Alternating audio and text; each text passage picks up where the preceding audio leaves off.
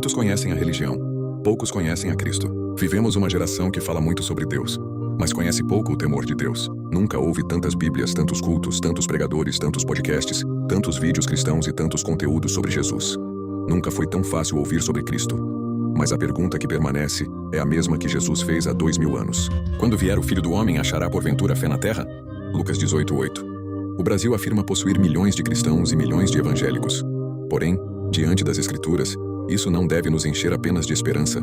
Deve também nos levar ao exame do coração, porque existe uma enorme diferença entre frequentar uma igreja e pertencer a Cristo. Há pessoas que nasceram dentro da igreja, aprenderam o vocabulário cristão, sabem dizer Deus falou comigo, sabem levantar as mãos, sabem cantar, conhecem histórias bíblicas, sabem até aconselhar outras pessoas, mas continuam sem conversão. Jesus nunca ensinou que o problema seria a falta de religião. O problema seria a falta de um novo nascimento. Necessário vos é nascer de novo. João 3:7. O verdadeiro convertido não apenas muda seus hábitos, ele recebe um novo coração. O Espírito Santo passa a guerrear contra a carne. Gálatas 5:16-17. Ele começa a odiar aquilo que antes amava e amar aquilo que antes desprezava. A cruz deixa de ser um símbolo religioso e passa a ser o lugar onde seu orgulho morreu. O peso do pecado. Talvez uma das maiores tragédias da nossa geração seja esta. Perdemos a consciência da gravidade do pecado. Quando o pecado deixa de ser visto como ofensa contra um Deus santo, a cruz perde o seu valor. Se o homem pensa que é bom por natureza, Cristo morreu em vão para ele. Mas as Escrituras dizem outra coisa. Todos pecaram e carecem da glória de Deus. Romanos 3:23. Não há justo nenhum sequer. Romanos 3:10. Nossa salvação nunca foi resultado da nossa bondade. Nunca foi mérito. Nunca foi esforço. Nunca foi religiosidade. Foi pura graça. Foi Cristo carregando uma culpa que era nossa. Foi o justo morrendo pelos injustos. Quando compreendemos isso, deixamos de viver para nós mesmos. Deus não é um acessório da nossa vida. Hoje muitos procuram um Deus que confirme seus desejos. Querem um Deus que abençoe seus planos, que aumente seu patrimônio, que realize seus sonhos, que cure suas dores. Mas poucos desejam um Deus que confronte seu pecado. Poucos desejam um Deus que mande negar a si mesmo. Poucos desejam morrer para que Cristo viva. Jesus nunca chamou pessoas para uma vida confortável. Ele chamou para uma cruz.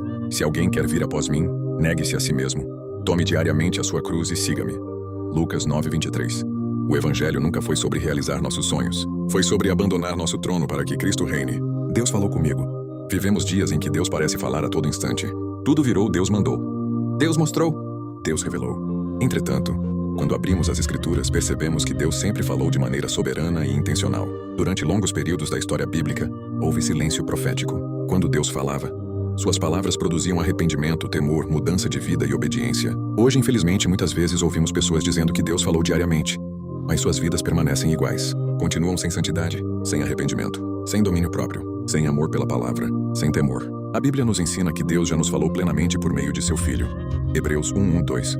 E continua falando por sua palavra, iluminada pelo Espírito Santo. Por isso, mais importante do que buscar novas revelações é obedecer à revelação que já recebemos. Balaão conhecia Deus, mas amava o dinheiro. Balaão é um dos exemplos mais assustadores da Bíblia. Ele ouvia Deus, sabia quem era Deus, recebeu revelações extraordinárias, mas seu coração nunca pertenceu ao Senhor. Seu coração pertencia ao lucro, ao prestígio, à recompensa. Ele queria usar os dons sem entregar o coração. Por isso o Novo Testamento alerta sobre o caminho de Balaão. 2 Pedro 2:15. O erro de Balaão, Judas 11, e a doutrina de Balaão, Apocalipse 2:14. Conhecimento espiritual nunca substituiu santidade. Judas andou com Jesus e se perdeu. Judas expulsou demônios, pregou, viu milagres, participou do ministério de Cristo, mas nunca entregou verdadeiramente seu coração. Amava mais o dinheiro do que o Salvador. Beijou Jesus por fora, traiu Jesus por dentro. Saul começou humilde e terminou rebelde. Recebeu o Espírito de Deus. Foi escolhido por Deus, mas pouco a pouco passou a obedecer apenas quando isso favorecia seus interesses. Até que ouviu a sentença. Obedecer é melhor do que sacrificar. 1 Samuel 15:22. Demas amou o presente século. Paulo escreve com tristeza. Demas me abandonou tendo amado o presente século. 2 Timóteo 4:10. É possível caminhar ao lado de homens de Deus e ainda assim amar mais este mundo. O maior perigo é Jesus dizer: nunca vos conheci. Talvez o texto mais assustador da Bíblia esteja em Mateus 7:21-23. Ali não estão ateus, não estão pagãos, não estão pessoas que nunca ouviram falar de Deus. São pessoas religiosas. Pregaram, profetizaram, expulsaram demônios, realizaram milagres, mas ouviram de Cristo: nunca vos conheci, apartai-vos de mim, vós que praticais a iniquidade. Perceba, eles conheciam Jesus, mas Jesus disse que nunca os conheceu, porque relacionamento não é aparência, é intimidade, é obediência, é transformação. Cristo vive em mim. Paulo declara: já não sou eu quem vive, mas Cristo vive em mim. Gálatas 2:20. Isso não é um slogan, não é um adesivo de carro, não é uma frase para colocar na biografia das redes sociais. É uma realidade espiritual. Significa que minhas vontades já não governam minha vida. Minha carne não ocupa mais o trono. Meu orgulho morreu. Meu ego morreu. Minha velha natureza foi crucificada com Cristo. Cada decisão passa pelo senhorio de Jesus. O chamado continua sendo o mesmo. O Espírito Santo continua convencendo do pecado. Continua produzindo santidade.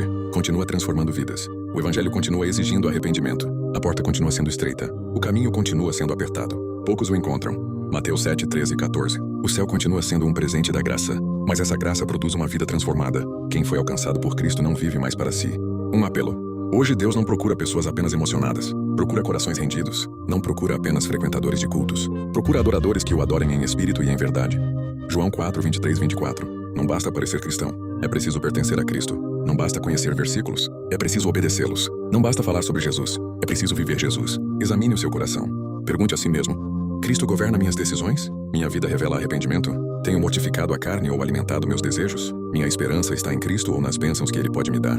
Porque chegará o dia em que todas as máscaras cairão. Naquele dia não importará quantos sermões ouvimos, quantos cultos frequentamos, quantos títulos carregamos ou quantas vezes dissemos, Deus falou comigo. Importará apenas uma coisa.